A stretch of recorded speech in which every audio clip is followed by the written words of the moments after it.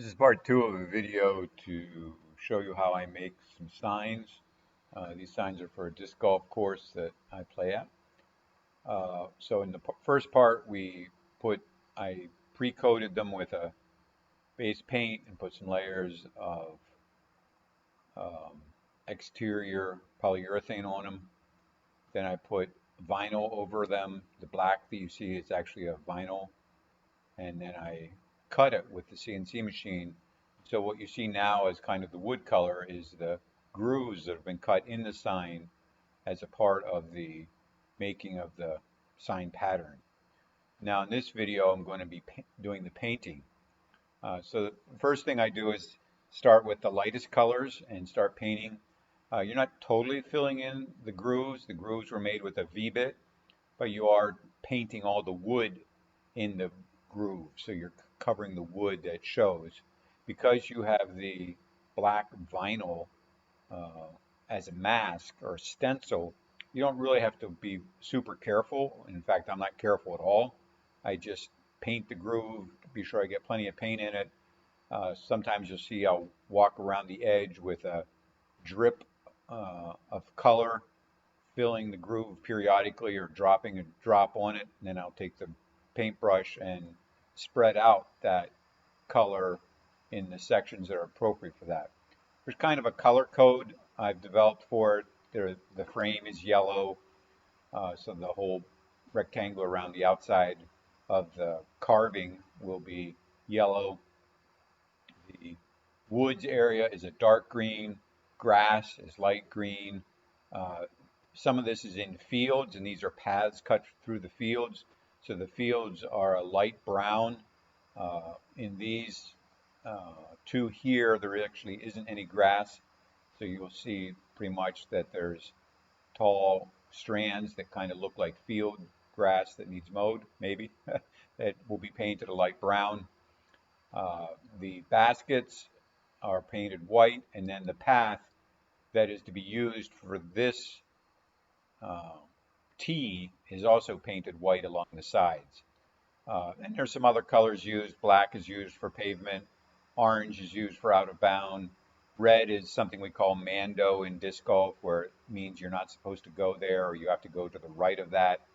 So you'll see a couple other colors pop up as it goes along. The outline is kind of the sign logo of uh, the barn, which is actually a church. This is on the church's property. There's over 30 acres the church owns. So that's kind of the logo of the barn's signs. And then the number of the disc golf hole is up there, obviously in the right corner, and the par and the distance is in the bottom center there. And if there needs to be labeling to define what some color is, that's on the right, like the Mando or the OB. Not all signs will actually have that information present because they aren't used on all signs to show where out of bounds are. The T's are the green rectangles. You'll see more than one T on some of these, in fact, many of these, uh, because there's shared areas on the course, uh, but the T's are fairly close together sometimes. So you may see other T's, but the T that's lined up with the white labeled path is the path that's the T that's in use for this one. Little white arrow after the basket to point you towards the next T. So you'll see that on these also, that you'll have a pointing to where the next T is. So hope you enjoy that. Hope you can see how some of this all comes together.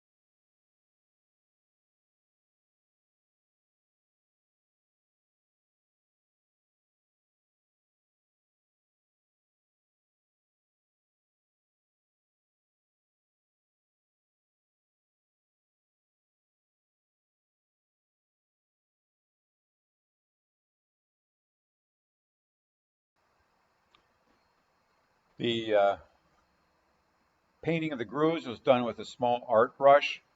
Then following that, I painted the outside edge of the board with a white paint that's the same paint, but I used a foam brush because it doesn't tend to spill along the edges as much, and you can control where the painting touches easier with a foam brush, a small 1-inch foam brush that I do that with.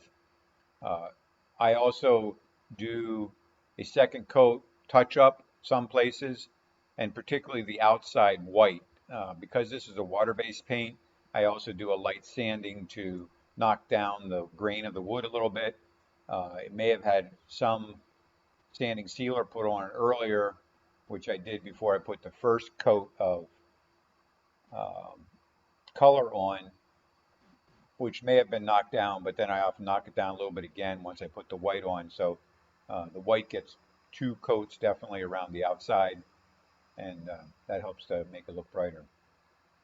So following the painting, then I start peeling, after it's dried, I start peeling off the black vinyl stencil, and you start to get the full color of the uh, contrast coming through, and you get to see the brown against the colors, and so that's what you see happening here.